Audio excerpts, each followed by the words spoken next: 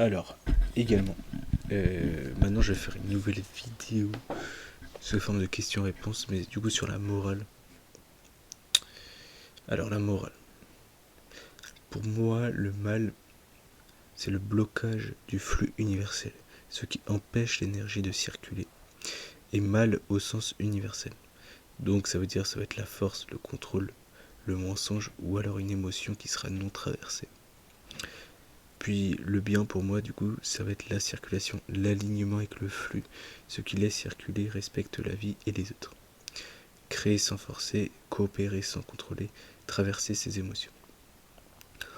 La société peut considérer du coup une personne comme mauvaise, pourtant elle peut être forcément accordée au flux. Et une personne peut être considérée comme vertueuse sur le papier, mais son mental et ses attentes peuvent bloquer le flux. Le flux, lui, comme je l'ai dit, est neutre, il juge pas. Il n'y a que l'homme qui juge. Exemple. Lorenza vole, triche et ment, la société les condamne. Son mental ne force pas, elle traverse ses émotions et suit le flux. Un hors-la-loi vit sans attente, sans manipuler, sans se créer de blocages mentaux. Aux yeux de la loi, il est mauvais, pourtant le flux circule. Mika suit toutes les règles. La moralité, faire le bien suivant ses règles, pourtant son mental prend le contrôle, il impose ses attentes. À l'intérieur, c'est dur, c'est cristallin et il souffre. Henri se force à méditer.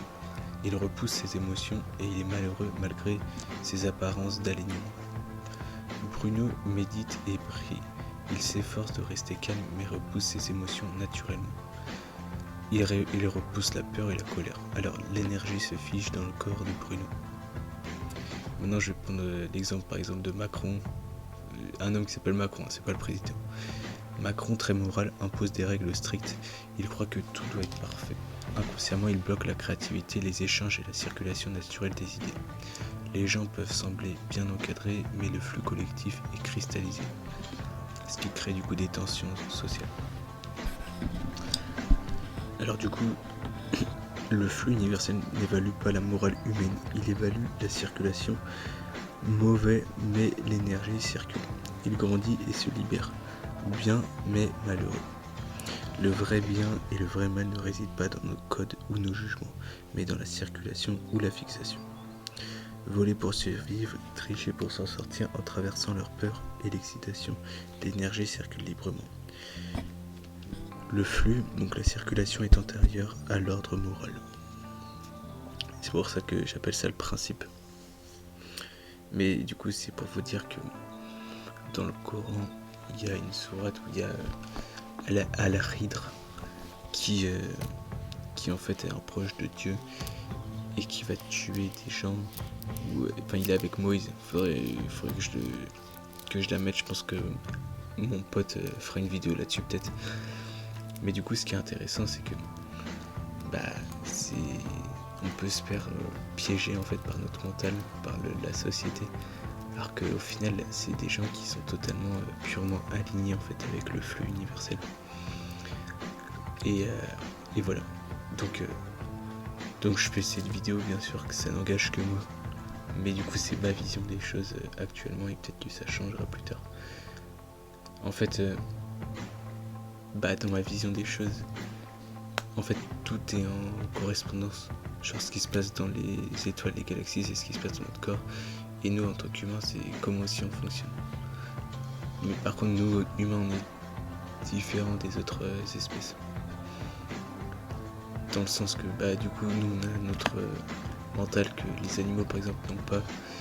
Et le mental en fait on sait pas ça crée quoi et ça fait quoi. Et peut-être que les gens il y a 1000 ans ou 2000 ans qui savaient des choses, ou même aujourd'hui il y a des gens qui savent comment utiliser, notamment quand je vois les réseaux sociaux et tout comment c'est fait. Et c'est vraiment des gens qui ont des connaissances universelles pour mais par contre après peut-être qu'ils les orientent, enfin c'est pas peut-être mais quand on voit les effets il y en a beaucoup qui les orientent mal et voilà, et tu dois aussi en avoir des gens qui doivent bien orienter les choses. Mais ce que je veux dire c'est que c'est ma vision et ça n'engage que moi et du coup ça peut faire mal, mais voilà. Après, je dis pas que la morale humaine est nécessaire. Elle est nécessaire, mais par contre, elle est nécessaire dans le sens que, par exemple, ne pas tuer, ne pas voler, c'est important de faire des règles strictes comme ça. Parce qu'après, du coup, ça peut partir en cacahuète. Mais du coup, ça, je ferai une vidéo un peu plus tard sur la raison d'être de la morale humaine, qui est également très important et qui a sa raison d'être. Ouais. Pour maintenir un équilibre dans une collectivité. Mais par contre, du coup, pour moi, la morale doit avoir forcément une fin. Elle peut pas rester rigide et figée. La morale humaine, je parle. Parce que le flux est là depuis tout le temps. Il a toujours été. Mais du coup, la morale humaine doit s'adapter aussi aux changements humains, quoi. Voilà.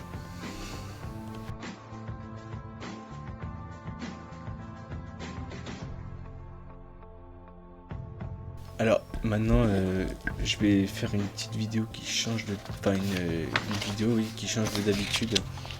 Donc la vidéo, en gros, ça va être y a-t-il un plan initial dans toute chose? Donc en fait, ça va être sous forme de questions-réponses. Oui, mais pas comme un destin figé. Un plan dynamique, pas un scénario écrit à l'avance. Une cohérence, une direction naturelle, une intelligence de circulation. En fait, si le plan change, la forme change. La forme qui consiste le corps, le comportement, la société et les symptômes. La forme ne décide jamais, elle exprime l'état du plan. Si la forme se rigidifie, c'est que le plan a été altéré. Le flux ne se trompe pas, il ne change pas le plan. Il cherche la cohérence maximale. Alors, qu'est-ce qui change le plan? C'est la coupure, la résistance. Ce n'est pas le flux qui change, c'est le plan, c'est l'humain qui s'en désaccorde. Du coup, comment rechanger le plan? Alors, volontairement, on ne peut pas. Le plan initial n'est jamais perdu, seulement recouvert et déformé. Donc en fait, on a toujours un plan, mais c'est nous, en fait, à force de résister, qu'on va déformer. Alors, quand tu relâches le flux recommence à circuler, l'information se réorganise et le plan se réimpose de lui-même. Quand ça se passe? Au moment où la résistance cesse. Pas quand tu comprends, pas quand tu veux, pas quand tu fais un effort. Quand tu ne forces plus, tu ne mérites plus, tu n'imposes plus une émotion, une pensée, une posture. Ça peut se faire doucement, brutalement, par exemple une maladie ou une énorme dispute, et inconsciemment. En fait, on peut imaginer une rivière,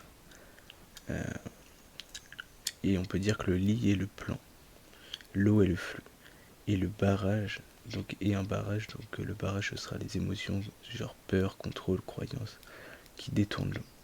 Tu n'as pas besoin de recréer le lit, tu enlèves le barrage, l'eau retrouve son chemin.